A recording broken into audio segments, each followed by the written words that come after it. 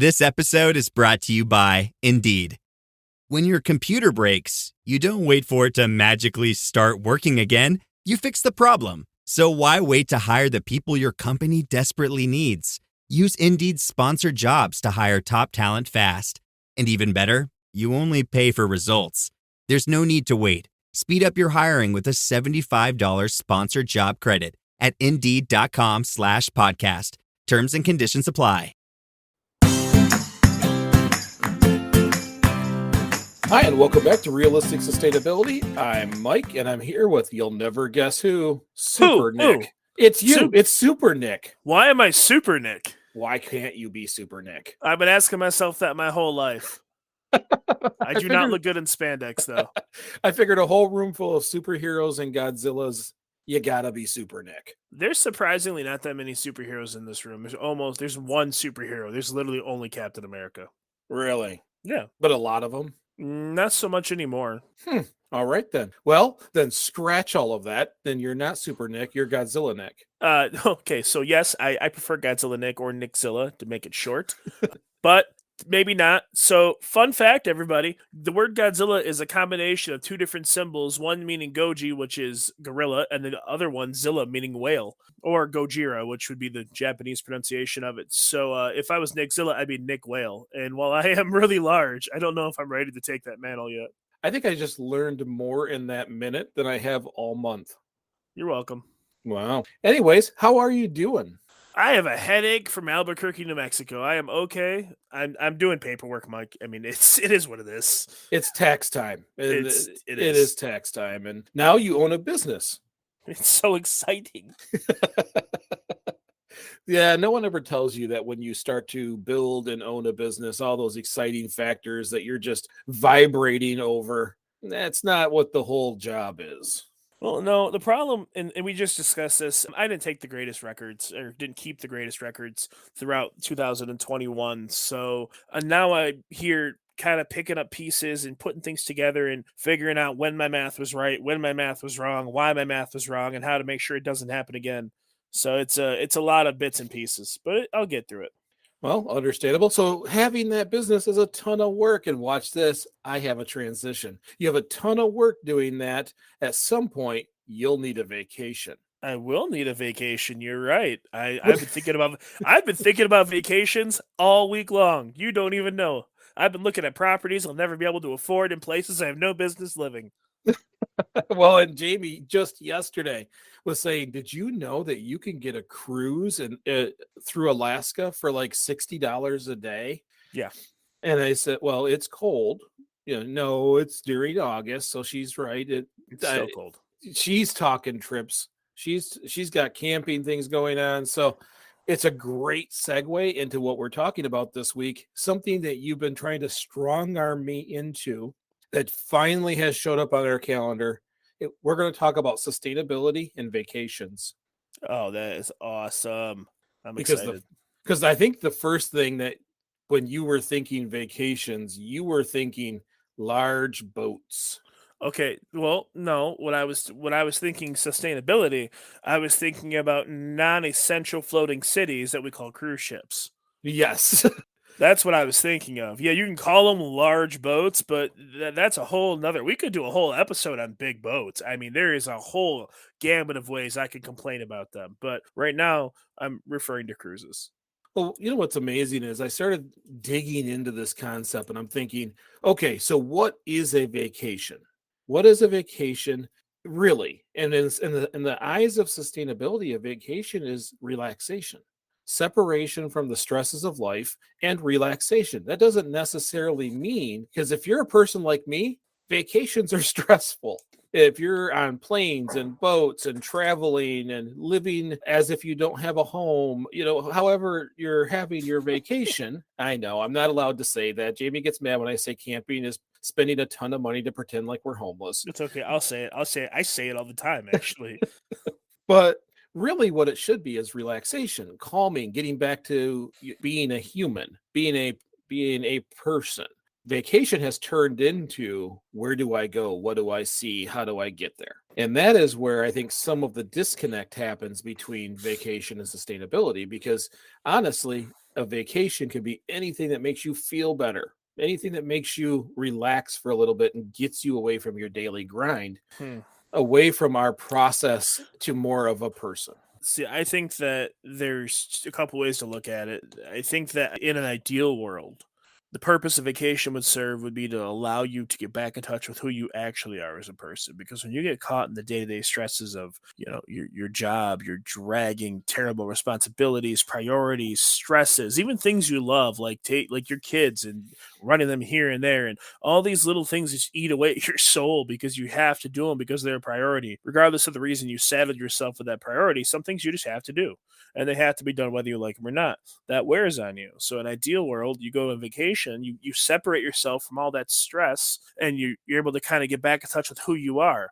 The disconnect comes in the notion that most of that stuff is super hard to book and is super expensive, and you only get a certain timetable to do it. So when you look at all these, oh, that looks like it'd be fun, that looks like it'd be amazing, blah blah blah. Well, this is our itinerary for this, and this is what we're doing here, and your vacations more often that are more time stringent than your real life is. So there's a lot of disconnect, and we're not even touching on the sustainability part yet. We're just talking about like your soul as a person. Like, Yeah. you know how many people go on vacation and then need another day off of work to recover from their vacation? Well, no one can see this right now, but I'm raising my hand. Matter of fact, it's a requirement for when Jameson creates whatever vacation we have. She is an experienced person and tries to jam in as many experiences she can in a small amount of time. That wears me out. And when one of the requirements about our vacations is that I need a day, that when we get back to reset, to go back to my daily grind. Because if not, I come back twice as exhausted as when I left. Mm-hmm.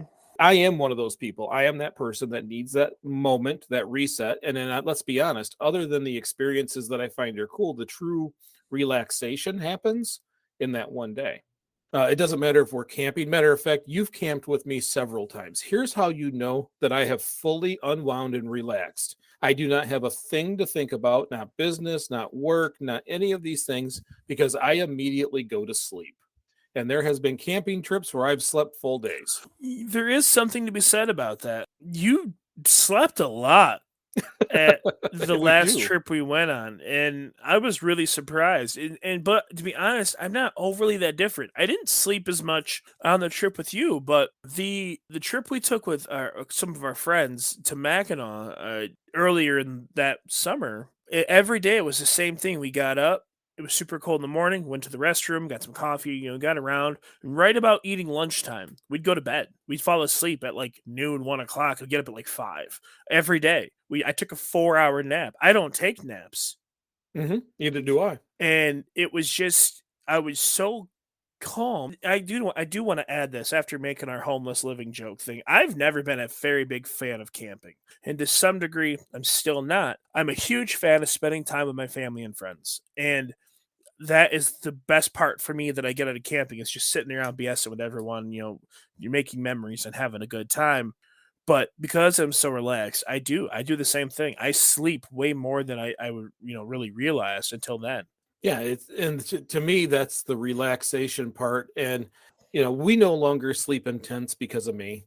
And I know that's going to sound horrible on this show. I am not a fan of laying on the ground and sleeping. I'm a 45-year-old man, and I don't wake up as easily and exuberant as I once did when I slept on hard surfaces. So Jamie has gotten a pretty primitive but new camper, and it serves two purposes. It gives us shelter while camping so that I will go, and it also we're practicing tiny house living, because as these kids get older, that is our plan. Our plan, if we end up in Hawaii, yay, but even if we don't, it's where we are greatly downsizing. We are already starting to plan to live that green life. And the Okay. camper gives us some of that practice too. It gets me used to it, because I'm a bigger problem in this than she is. That girl is highly adaptable and can live just about anywhere at the drop of a hat. I'm the weird one. So it does serve those purposes. But when you start looking at vacations, it seems to always get more and more and more elaborate. And it doesn't, just travel, just to get to your vacation. Do you fly? Do you drive? Do you take a bus? Do you take a train? How do you get from point A to point B on your vacations? Because that for sustainability means a lot too.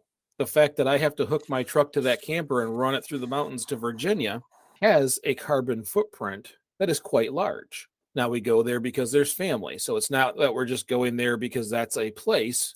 We go there for specific people, which is, gives us a little more purpose. But we're still creating this huge carbon footprint as I'm taking a full-size truck with a camper on the back through mountains. Mm-hmm. A lot of times people say, I want to go on vacation, and they fly. Because there's always, especially nowadays, a lot of inexpensive deals. You can spend a weekend in Florida with a friend, and it didn't cost you an arm and a leg, but you're flying. And by far, just so you know, out of all the ways to travel, flying is by far the worst, even with it being mass transportation. Well, I mean, it's a much different fuel. It's not like it's comparable to gas, so it would make sense that it's worse. Also, and maybe I'm just making this up in my head because it helps relate it to me, but like it's not. Most of the exhaust and emissions that are on this planet that come from vehicles and transportation are on the ground. And down here we have plants and we have nature to kind of help filter that and turn like the CO2 into oxygen and all this stuff. Planes are in the air. They are as far up as you're going to get before you leave the atmosphere. So those emissions just kind of stay there. Those emissions for each of them stay there. It's just that one is placed where it's going to stay and one is placed where it's going to be lighter than air and move up. We look at the emissions of flights, cruise ships, trains, buses, if we drive ourselves, these all matter.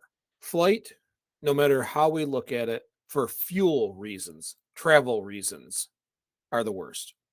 Mm-hmm. Now, the one that you've picked out is the worst overall. The one that you've discussed, even wanting to go on because you haven't experienced it yet. I will tell you on a side note, Jamie made a joke last night that says maybe our retirement should be from going from one inexpensive cruise to another. And my answer was, I am not retiring on the ocean. I am not a water person to begin with. No. But cruise ships. Let's talk about the embodied energy and carbon footprint, because I know you've been wanting to, of a cruise ship. Okay, I don't think you can calculate the embodied energy of a cruise ship. I think it's incalculable. I think the amount of time and math and data it would take to put that together will blow your cotton picking mind. Well, just the food side. So someone told me just recently that they were on a cruise and it was like unlimited food. They bring you whatever you want. Yeah. And they would bring out, I'm going to try this meal. Out comes this large plate of a gourmet meal, this fancy meal. They took one bite and said, I don't like tuna. Let's try octopus. And they took that plate away. Yeah. And threw it away. Yep. And then they brought out another gourmet plate of this and laid it out there. And they took one bite and went, that's really quite gross. Let's try this. And they were bragging about how they tried 9 meals before they got to this one meal they really enjoyed. Can you imagine not only the embodied energy of that one meal, because it took all those other meals to get to this one, but all the lives lost from where in the world, the travel that it took for this plate 9 times to feed this one person one time. Well, yeah. And so depending on the cruise, but most of them are all inclusive. So when you get to go to those dinners, you sit down, you can order the entire menu for one person. They'll bring everything. You can pick and choose and nibble and blah, blah, blah. And that's insane to me. But what becomes the reason I said it's incalculable is because you have to be able to really wrap your mind around how many people are on that cruise, how much food is stocked at every single different place on the cruise to eat, to potentially feed them. And keep in mind, it's not like all cruise ships have one dining room. Oh no, they usually have one per floor, and then restaurants and bars. And it's a city on the ocean. They have everything you could ever want. So like, how much food could a cruise ship hold? How much does a cruise ship waste? How many times, if you're on a 2-week cruise, does it have to dock and restock its supplies to keep those people fed? Well, and it's fed, like I just said, because I bet you there's at least a quarter of the people try something they don't like, knowing that they don't have to pay for it because they already have. It's one of those opportunities. Oh, I've never had this before. Let's give it a shot. Oh, I don't like it. Never mind. Give me the steak. And then That's a ton. I mean, first of all, steak has a tremendous amount of embodied energy to begin with. Same thing with fish nowadays, when because of if you start accounting for the lack of fish in our ocean, this person's taking a bite, going nope, off to the trash it goes. That itself, while having that conversation with that person, you know how hard it was while they were bragging about this to not just lose your mind on them. Well, yeah, I do, and I understand their mentality because it's the same mentality for anything in life. When you've never had something or access to it, you tend to overcompensate when you get a taste of it. So for people that hit the lottery, they buy a giant house because they lived in a trailer their whole life, or they lived in a small 1 bedroom or 2 bedroom house. They buy this house they don't need. When you've never had a super nice meal and you go to a cruise ship and they're like, "Hey, you can have whatever you want." You're like, "Give me everything." Right. It's like the kid that gets the gift card to the candy store. I mean, it's just when something is normally really ratcheted down in your life, you tend to go the opposite direction. And I understand that, and that's very much the kind of human nature kind of thing. You see it with your dogs. If you're the kind of person that only feeds your dog a cup of food at a time, if you were just to give him a whole bowl full of food, he'd eat the whole thing. But it's because you only give him a cup at a time because he's worried when it's going to get more. Like it's a subconscious need for excess when you're not used to something being in abundance. And when you're in a cruise ship, everything is in abundance. Right. From the alcohol to the food to the entertainment to the waste to the sheer remarkable amount of poor decisions one person can make. Well, and that's why when I looked up, there is organizations out there that tell you how sustainable your cruise ship is. And the cruise industry has decided to stop using them Probably a good choice. because like if it's a rating from A to F, there's only a couple that get into the D's. Yeah, most are probably sitting around G. It's just so even when they say, "Hey, we don't use diesel engines anymore. We're all electric and we've got solar power and this and we got that." It doesn't matter when you don't change the function of the ship.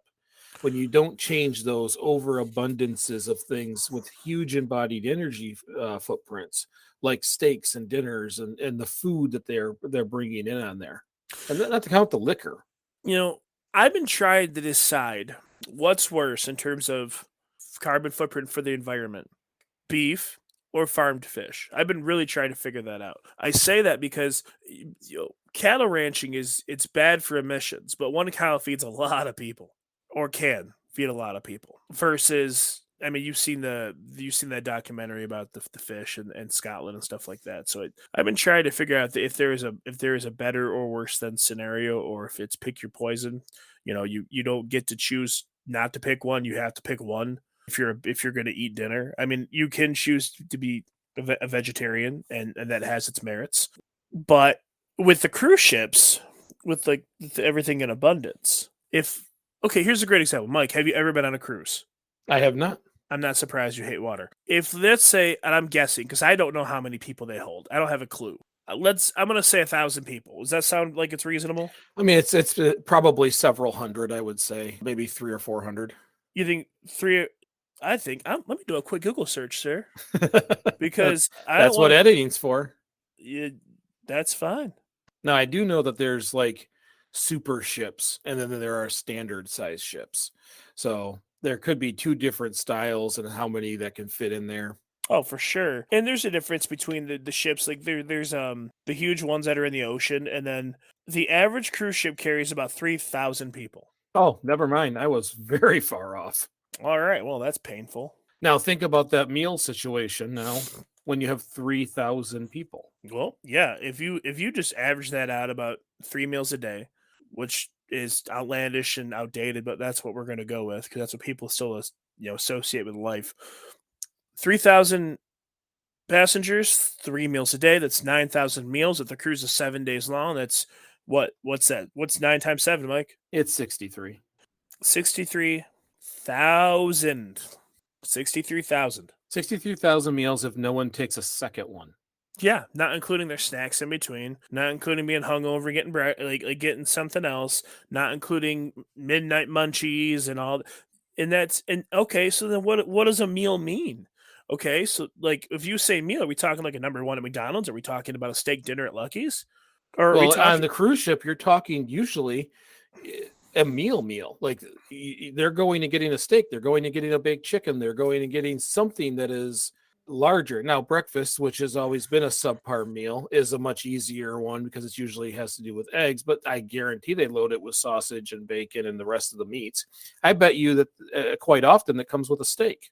So, when it comes to these meals, 63,000 meals, you're all your late night partiers are hitting one more meal before bed.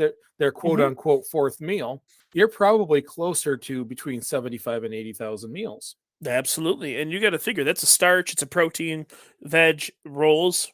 So I was reading an article the other day about bakers, and cruise ships generally have 2 to 3 pastry chefs that make rolls from the time they get up to the time they go to bed. All they do is make rolls. They have machines where they make these 55 to 60 pound dough balls. They put them in a machine. The machine is just got a great system. It's a non-stick, like looks like a big metal lattice to press the dough ball through it. Makes the rolls. They let them proof. They bake them. Boom, they're good, and they're just pumping them out into these dining rooms. It's, eh, I mean, I'm a fat guy. Like I like food, but like, oh my gosh, So, like and that is just cruise ships, because like you called them, they are really mini cities. They have more people on that boat than this town has in it. So they really are small, compressed cities floating on the ocean. That, to me, the embodied energy on a cruise is so much greater than just a single flight because of that, because of the amount of waste. And on a flight, the more people that are on it, the less embodied energy you have at the end, the smaller the carbon footprint. You fly by yourself versus having 60 people on the flight, it's a different number by far. But on a cruise, the more people that are on it, the worse it gets. Only the fuel economy gets better. yeah. Everything else gets worse. Well, yeah, because the more people equal more consumption, but also you got to realize that flight in general is utility versus a cruise, which is luxury, and it's a very big difference. You go on the flight; no one goes on the flight to eat the food and drink the booze. They go on the flight to get to the place where they want to eat the food and drink the booze. Right. You go on the cruise ship to eat the food, drink the booze, hungover by the pool, and here's another thing that I think is just ridiculous. I don't understand the idea of getting on a boat in the water to get in a bucket of water on the boat in the water, but that's just me. I've never been on a cruise. I don't understand it. There is a lot more that goes into it. And now the draw to cruises is that it's convenient.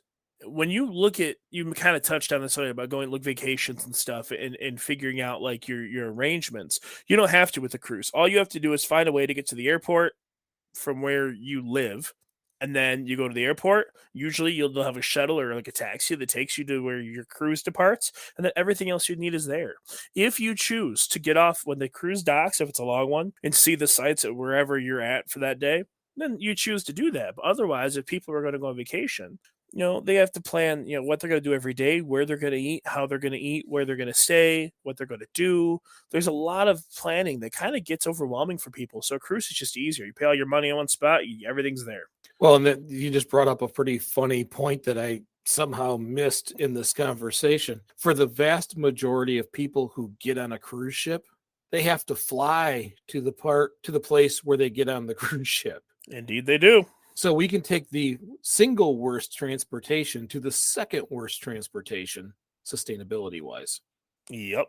And that's how most people are going to do it. I don't have any problem with people going on vacation. I don't want anyone to understand that. I don't mind that at all. But I do have an issue with the lack of consideration that goes into this kind of stuff. Like, I think it'd be an interesting job to work for a cruise line and work as a sustainability manager and be able to start piece by piece trying to fix little portions of those, because your goal is to, just like in normal life, just like we say to everybody else, your goal is to be more sustainable without decreasing your standard of living. Okay, we don't want to make Mhm. living hard because you're doing something more sustainable. We're trying to find these pieces that fit where it becomes more sustainable but does not change the experience. I think that would be an interesting job, like taking a cruise ship and going piece by piece through it to become as sustainable as humanly possible without changing much of the experience.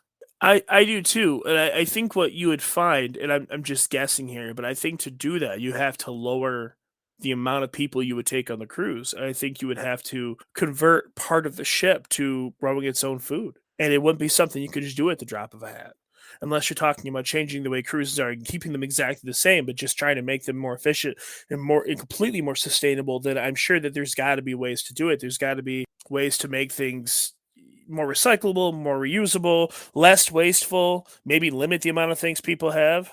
Yeah, create a closed loop system where anything that is a waste becomes a nutrient or something. I think that would be very interesting, and I would be exceptionally interested in taking cruises that were designed in that way. Because Jamie's already learned I will analyze everything through a whole vacation, because to me that's relaxation.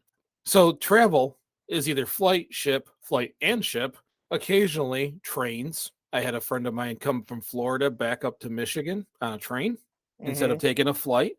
He did it for the experience because he had never done it before. He rented one of those, and there he got his own little like car, his own little area there, and he did it for the experience of taking a train from Florida to Michigan. But that is not the common way to travel, is by train, No. although it is much more efficient than flights or ships or any of those things. Not, I don't. Okay, I see your face.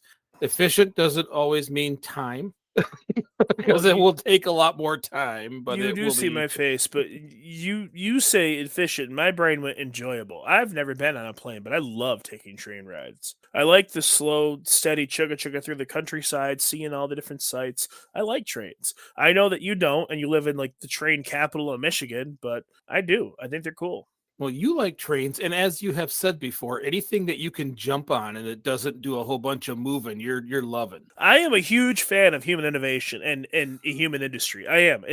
We may be in a part of life where we're looking at how to move forward and kind of move away from some of the less, efficient practices of the past and of today. It doesn't change how amazing they were at the time. And when you stand on a steam engine that's the size of your house, you're just like, whoa, like I think they're cool.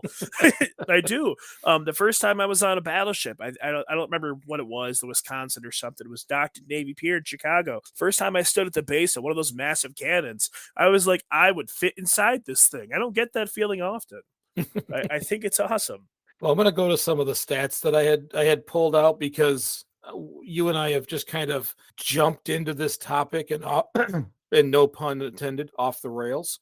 But I think it's all been good conversation. But some things I want to talk about is that for flights, an average flight uses 8,255 gallons of fuel, Wow.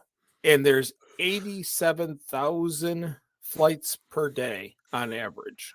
Okay, when you say on average, what does that break down to in terms of mileage? Are we talking coast to coast, or are we talking like how long do you have to fly to use up that many gallons?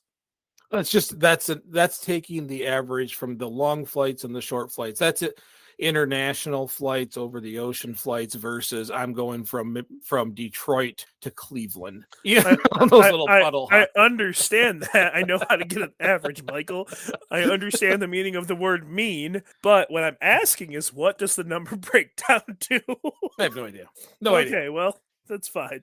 I thought that's what you asked. No, you listen to the words coming out my mouth.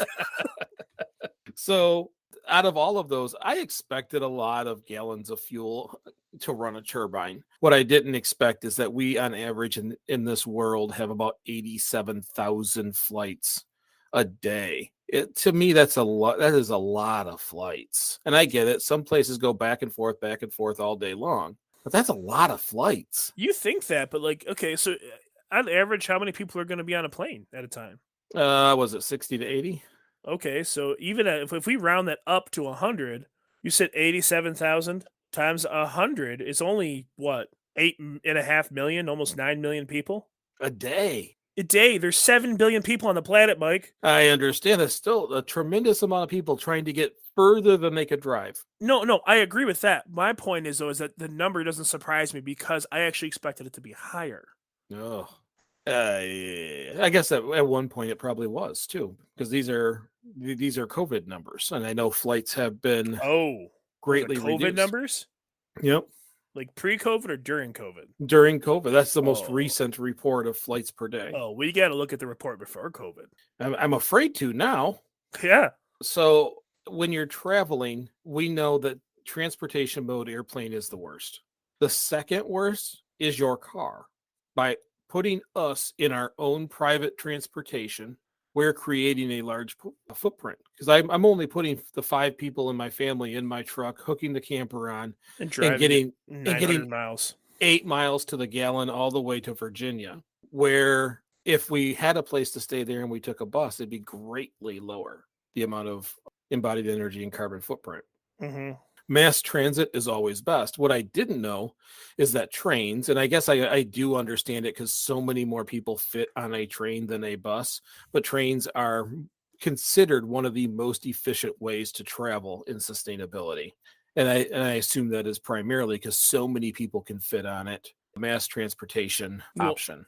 I don't know a lot about how much more added force they need to generate to pull additional carts of people, but I assume that those motors have a pretty high output in that they could probably pull a lot of people with not a whole lot of extra energy use. Like, I think that trains are designed in terms of like the rails and the cars and stuff for like kind of minimal inertia, not inertia, friction, sorry, minimal friction, right? So like when they go across the rails, there's not a whole lot that stops them. That's why they're so hard to stop, because there is no friction and they're so heavy. So I assume that like when you get a train going, once it's going, it's almost like what I would call cruise, where it's like minimal fuel usage.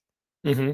I can imagine it. They can probably hold way more people and probably haul a lot more than what they already do in terms of like citizen transportation. If that became the main way to transport people, it would probably be way better for the environment versus trains. I think planes. we're gonna get to a point where planes are less used because of Hyperloop.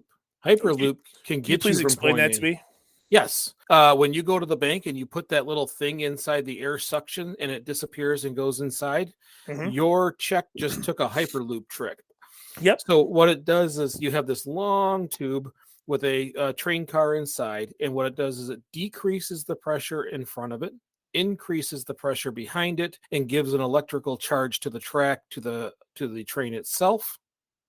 So you decrease the front, increase the back, it pushes forward, and then it's electrically driven from there. So is that like a vacuum tube? I don't Just kind of I, shoots I it don't from think one it side to the other. yeah, I don't think it actually uses it as a vacuum. It's a decrease and increase. A vacuum is 0. Mm-hmm. So I think it works towards that, but you can travel at speeds just as quickly, if not quicker, in a hyperloop than you can on a flight. And So you are get those already in use? So okay, so I believe in Arizona, and I believe it was MIT that created the first functional one, and they were able to transport people from point A to point B. The problem was, remember, relativity. You have to gradually speed up and gradually slow down for your passengers to not notice, because there's no windows. You're in a tube, so you have no bearings. You have to be very careful about. They sped up too quick, they stopped too early or too quick. There was a lot of people getting sick. So they know there's some calibration to do, but the technology works. So wouldn't they, in theory, want to design it so the place, like I'll call it the cabin, where people actually are, is sub-built inside of like you have the hyperloop itself, you have the vehicle, the vessel that moves. Wouldn't they want to sub-build something inside that has a padded layer of insulation that allows for the flexing? So as it moves, it goes real fast and it slows, down real quick. It's almost like a motion dampener. Like it absorbs it and reduces the amount of inertia felt inside. It would be the same equivalent as it would serve the same purpose as a egg white and egg yolk inside of an eggshell. So essentially, like if you designed it like an egg with the stronger exterior, though, mind you, you can throw an egg as hard as you want, like as hard as you want, and if you can catch it without breaking the shell, the yolk is intact. Doesn't get scrambled. It doesn't get beat up. People say they do, but it's really hard to scramble an egg inside the shell. Like it's really hard. So I mean, like, there's got to be a way to do that. There's got to be a way to like kind of. Well, so there is some shock absorption in the design, Those are but good there's only words. so much. There's only so much you can do. Okay. So When you have no windows and you're traveling together, everybody in the vehicle has the same reference frame. Absolutely. So what you'll end up with is this slow increase while you're seated. Then you'll get that ding, you are now able to walk around the cabin, because once you've hit your cruising speed, to you, it's zero. Now it's moving at 400 miles per hour outside, but you're capable of wandering around as if you're standing still, because you are all within the same reference frame. And that reference frame does it, as long as you're not speeding up or slowing down, it doesn't change. So to you, you're at equilibrium, no different than if you're in space and you're on doing a spacewalk. You're really traveling at 22,000 miles per hour around the planet, but you're hanging on to the International Space Station, and to you, you're both traveling at zero. Yeah, well, but it is different though, because like when it's okay. So this is the way I'm going to equate this. When you're driving in a car, okay, you're in a car, right? Mhm. You're sitting there having a conversation. You're fine. You don't feel anything on your body. You put the window down. You put your hand outside the window. All of a sudden, you're feeling all the force of the air because you're being pushed through it. You Yep. don't get that because you're protected from it inside of your vessel, like in the hyperloop. Like you're not going to feel anything because Mhm. all of the force is being handled or taken on by the outside of the vessel that you're in. So that sets your reference frame. You just feel like you're normal. You're gonna have a conversation. You're also not gonna get the like the responses your body has because you don't have any windows. Like we talked about this before. Like when you're driving, your body just has instant responses to like the inertia, and so you don't even realize it. You're just like adjusting to the movement. Your Mhm. muscles are. So I get that. I think that that's something that is definitely going to have to be looked into more. I mean, I wish I knew the science behind this where I could actually not sound like an idiot when we talk about it. The cool thing about it is it's going to allow mass transportation for lots of people to go from one place to another very far away, even quicker than flight, once that network is built. And I it will assume this use is a going to be lot less. underground. It doesn't have to be. It can be above ground, but it is going to have a tremendous savings on energy. It doesn't take nearly as much electricity to run a hyperloop as it does fuel to fly a plane, and we can take more people on the hyperloop, and you can make it a better experience. Anybody who's ever flown on a regular basis, it's not exactly comfortable. There's no space in there. It is not comfortable. And even when the ding, you can now move around the cabin to where? To the bathroom that I have to put half of me in to start. Like it's tiny, it's inconvenient, and it's uncomfortable travel. Hyperloop doesn't have to be that. Hyperloop can be very comfortable and even have a dinner car or a bar car and still be immensely more sustainable than a flight. I think Now, that nope, go ahead. I was going to say I think that sounds like something that's really exciting and interesting. I just didn't know that technology had already been like really, I guess, designed. I've heard of it. I've heard people mention it, but I've never really looked into it. So I didn't really never look at it as like the tube for the bank. That's genius. So, something I found while researching some of this stuff was motion sickness. That is our body's inability to manage the change in velocity, right? Hmm. It is an evolutionary trait that has nothing to do with velocity. I would assume it's your inner ear, it's your balance. It is motion sickness triggers the same function for your body that makes it think that you've been poisoned. Oh, okay. The news So to me. Go on. so that the same reactions you get with motion sickness, or what comes just before motion sickness, apparently would mimic being poisoned. You ate the wrong berries. Now you're having these effects. So your body's default response is to vomit. Oh, okay. So by being poisoned, you're really talking about drinking alcohol. That's a form of poison. It is. It is. Your body responds to it by like the feelings of like when you're drunk, how you lose the ability to walk straight, you kind of get blurred vision. Like that's a very mild effects of poison, really, because when you drink alcohol, you're like poisoning yourself for fun. A little bit. Yeah.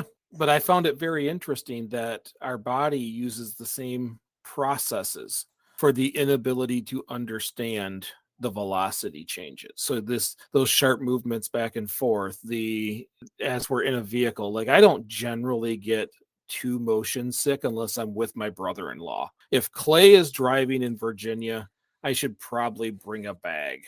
Other than that, I generally don't. But to me, it was very interesting to see why the body does what it does when it comes to that. I know it's not relevant to this conversation, but it's a little piece of information that I think is worth saying. I don't get motion sickness, like flat out. I don't get it, but that's just me. I get afraid with the wrong person's driving, but I don't get motion sickness. So the modes of transportation are try not to fly. If you have to drive your own car, do the best you can. I understand part of being realistic and realistic sustainability is to know that you've purchased a vehicle to use it. And I know that going on vacations quite often means we're taking our own vehicle. If not, rideshare is good. Add a second family. We do it all the time with Clay and Brittany, or whoever will ride with us also.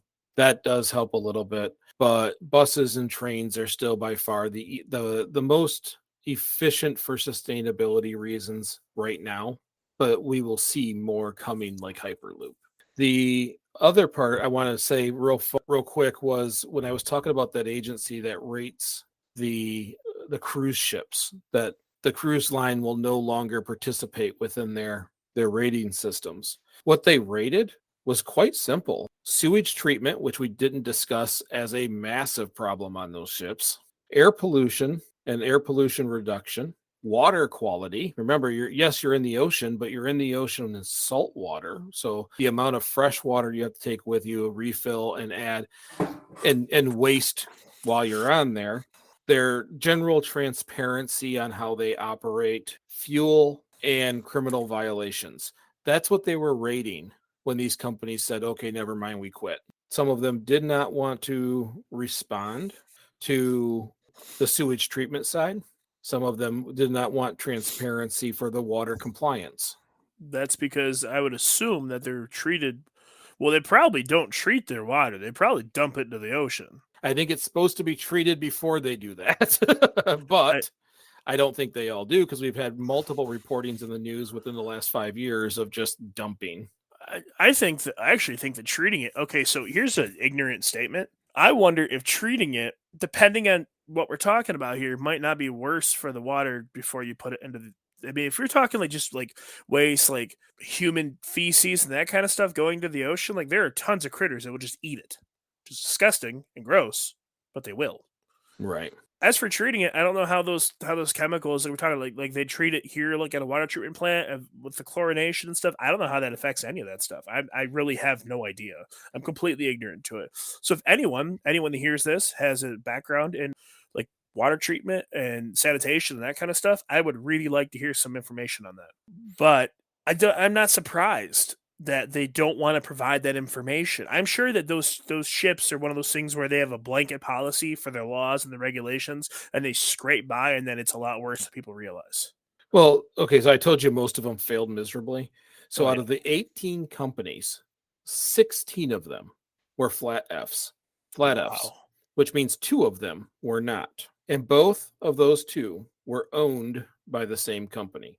And that same company was Disney. Disney was the only cruise line to not flat F those things. Really? Now, I guarantee the first thing people say because I told Jamie that and a few other people when I read it, they're like, "Oh, because Disney has more money." They can kind of buy their rating up, but I don't think that's how these ratings I don't work. think that's accurate at all. In fact, I'd be willing to bet the other companies probably have more money than Disney. Disney, I think, puts more stock into being different. And they save money. See, here's the thing. Sustainability generally saves money. When you go through and try to become more sustainable, you spend less. So I would think big companies would be really keen on sustainability, the true sustainability, not just buying things that say they're green, but getting rid of these costs. Being able to put a water treatment center in the ship so that as it's going through with this waste, it can repurpose that clean, fresh water. To be able to save, be able to spend less. And maybe that's what Disney does. Maybe they do. Maybe though, here's just spitballing. Maybe them passing it was an accident. Maybe it has nothing to do with money and it has nothing to do with like them attempting. Maybe it's just that they're Disney and that because they're a family oriented cruise, which most cruise lines aren't. Disney is. It's family oriented. It probably has a lot of entertainment things that aren't quite as cumbersome or aren't quite as damaging to the environment. There's probably a lot less carbon footprint on a Disney cruise because it's not really themed around partying and having a gay old time. It's themed about enjoying time with your family and making memories. Maybe. There's probably plays and there's probably theater shows and musicals and there's probably things on it that aren't raves and all night parties and humongous bars. Don't get me wrong, I'm sure there's alcohol, but it's probably not 5 ships of people living like it's spring break for the rest of their lives. That's what I would assume. I think Disney is just family oriented and it's probably something they did by accident. Well, and if anybody wants to see those ratings, it's foe.org. And one thing I didn't like about their rating system is none of it included waste. They never, in any way, shape, or form, looked for a way to quantify the amount of waste in any one section, even waste just in food, which you could do by the pound pretty easily, is not there. None of that information is there. Well, in order to quantify it by the pound, you would have to have numbers as to how much they purchase. But I would assume that in some cruises, it's probably easy. The cruises that are a 3-day cruise, it's probably not that difficult to figure out because then they stock it for 3 days. But when you have cruises that go from 7 to 14 days, the ship can't hold enough supplies for that amount of time. So they have to, I assume, when they dock, on top of being refueled, they probably are getting more supplies brought in. Yeah, So I think they'd be able to quantify that in some way, even if it's by base average numbers. possibly. So I wasn't real happy that you have a sustainability factor completely missing, and it's a big one. But no one was passing anyways. So I guess let's start with low hanging fruit and hope someone gets a D. But that's where A D is cruises failing are. in my book, okay? And that's where cruises are. So that was some of the more amazing things that I found. Now, how do we have a good vacation? If you want to go on a cruise, go on a cruise. Just be mindful of what you're doing. Understand that you're doing it because you want to, and don't just do it because it was there. There's sometimes, I got a cruise for this price, and you have no idea where you're going or why. Just be mindful. Also be mindful of your transportation, going from place to place. What mode are you taking? Now, can I take a train to Florida to get on a cruise? Yes. Do I have that much vacation time? Probably not. So we have to be somewhat reasonable and respectful and understand that people work their whole lives and sometimes they want to take a vacation. Although I'm learning through my wife that vacation to me is relaxation. In those large book trips, I don't relax. I get more relaxation sitting with my friends and family around the campfire than I do any trip whatsoever. Jameson is going with some friends and family to Vegas. I am not. The sensory overload in that city, I come back marketably worse than when I left. To me, that's not a vacation. We have to decide what a vacation is for us. Me, I'd rather sit around the campfire. But we have to at least understand what we're doing before we do it and be mindful as we do it. I think that when it comes to vacations, I think that you should really put thought into why you're going. And I think for me, when I think about a cruise, I think that I used to love the idea, and I might go on one someday to really see what it's like because I never have, but I don't really see a purpose in it. The partying days of my life are over, and I'm past that. I'd rather just sit around making good memories. Now, I wouldn't mind if it was a short cruise to get to a destination that had places I wanted to go see, Mhm. cities, beautiful architecture, art, ruins of past civilizations, that kind of stuff. I could probably be convinced to take a cruise to that instead I of think flying that's straight there. I think that's how you'll get to Hawaii to retire with us. Is take a cruise, get off the ship in Hawaii, and just don't get back on it. That might actually happen. I'm not flying there. I've never been on a plane in my life. I will drive to Florida to get on that boat, and I will go to Hawaii. But I don't know. And to be fair, a lot of the things that I've said in a lot of these, episodes that we do are predominantly kind of harsh on this kind of stuff, and it's just my opinions because I've never been on a cruise and I've never been on a plane, and I may change my perspective once I get exposed to it and get some real life experience on it. But when you look at the numbers, look at like the ridiculous waste and the human perpetuity to sit there and destroy just to enjoy themselves. It's sad to say that a lot of people in this world, when given the ability to do what they want because they're not used to it, destroy way more than they save. They waste and they go through ridiculous amounts of anything because they can, because no one's told them no or told them that, you probably shouldn't do that. It's why do you care? It's unlimited. Well, it's not unlimited and it's not forever. And neither is the planet if we don't stop doing that.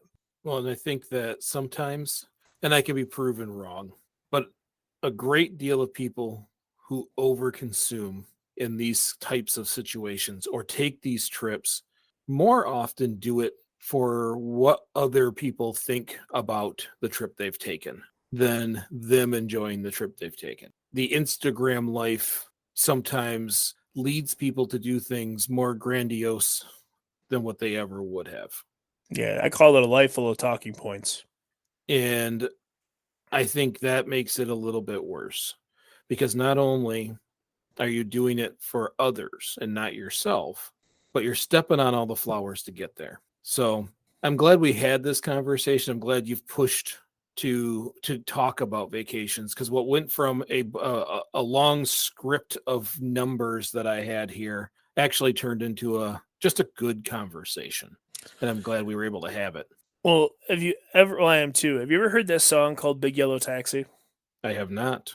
You probably have, but because it doesn't. The name of the song hardly has to do with the song, but it's by the Counting Crows, and the chorus is they pave paradise and put in the parking lot a big hotel, and boom, you get a swinging hot spot. And then it goes, don't always seem to go. You don't know what you got till it's gone. They pave paradise and put in the parking lot, and it's true. The first line of the song is they put all the trees and put them in a tree museum and charge you $1.50 to see them. And it's a really good song. It came out when I was, I don't know, 17, 18, maybe younger. I don't actually know when it came out. But it has a lot more relevance to today, in my opinion, because people are quickly losing the beautiful things in life in exchange for superficial, like Instagram life. And, that's okay, I guess, to some degree. But that ends. That stage of your life ends. There's a lot of people don't realize that party phase, that mid 20 something, that doesn't go forever. You wake up one day and realize that you've lived this life and you have these fun memories if you're sober enough to remember them, but you don't have anything. You haven't established anything. You don't have a circle of people that you love and trust around you to enjoy life with. So I think a lot more thought needs to get put into some of the things people do going forward. And I think so when it comes to vacations, take a moment and think about it. I'm learning to discover those little spots. Jamie loves to go hiking and we do all these things. So we find these little beautiful places and we just sit there and enjoy it. So find what's good for you, find the right kind of vacation and relax, because we need that in our soul to relax before going back to everyday life. So I encourage everybody to at least think about their vacations before they go on their vacations and do what's right for them, but do it in the eye of understanding for sustainability. So that's all we had for this week. If you like this episode, share it with a friend or on social media. The other ways you can support Realistic Sustainability is by becoming a monthly sustainer on our Anchor hosting site, just by searching Realistic Sustainability, or just leaving a 5-star review. Any kind of interaction helps us out tremendously. Say hi to us. We like to see it. Thank you so much again for listening. And remember, we just get together each week so we can get a little bit better. Little bit, big bit. I'm Mike. And I'm Nick. And we'll see you next week.